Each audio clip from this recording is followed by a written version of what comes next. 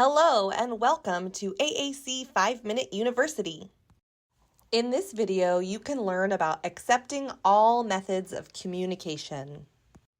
Sometimes when we're using a high-tech piece of equipment to aid in communication, we can forget why we communicate.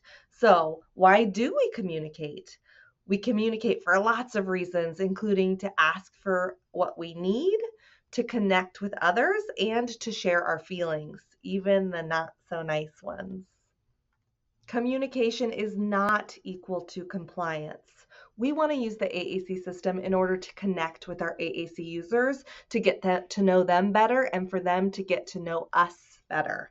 A lot of times I see good-hearted folks trying to support their AAC user, but it ends up being a compliance task. So we can't get through this part of our day unless you can prove to me that you can say the word with AAC. Show me your words. So if you want this goldfish cracker, even though everybody else here is getting them one by one, you have to say goldfish cracker on AAC. That's a compliance task. Or if you want to go to recess, even though everybody else is out at recess, you have to say go. So now the AAC system becomes a barrier to connection.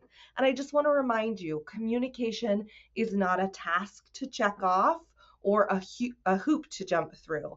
All people communicate in many ways, and it's okay for our AAC user to continue using vocalizations and gestures and even behaviors to communicate while they're learning to use AAC.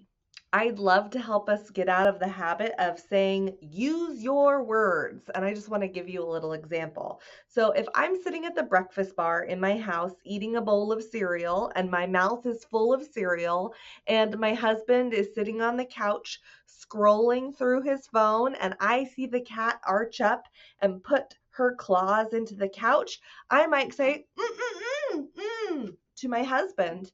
And if he turns around and says, use your words, what am I supposed to think or do? I used a totally real method of communication that he certainly understood. My point is, we all use various methods of communication, such as vocalizations, gestures, body language, facial expressions, and AAC to communicate throughout the day.